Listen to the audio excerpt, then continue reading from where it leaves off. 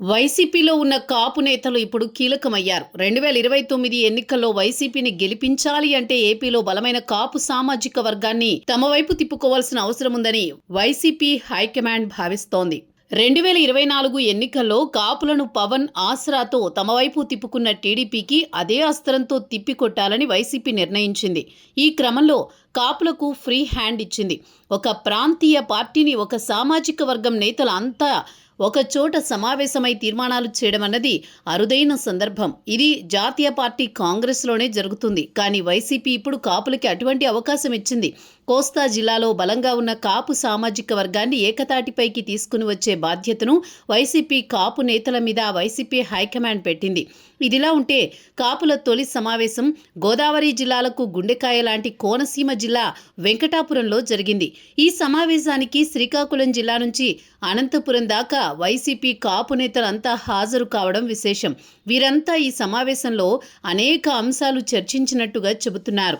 కూటమి ప్రభుత్వంలో తమ సామాజిక వర్గం స్థితిగతులు, అలాగే ఏపీలో సామాజికంగా రాజకీయంగా కాపుల పరిస్థితులు చర్చించినట్లుగా చెబుతున్నారు. కూటమి ప్రభుత్వంలో కాపులకు అన్యాయం జరుగుతోందని, దానిని హైలైట్ చేస్తూ జనంలోకి వెళ్లాలని కూడా కాపు నేతలు ఆలోచిస్తున్నట్టుగా చెబుతున్నారు.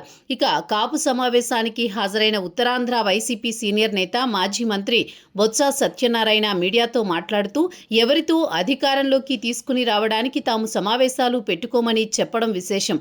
అంతేకాదు తాము కాపుల కోసం వారి సమస్యల మీద చర్చించడానికే సమావేశమయ్యామని చెప్పారు.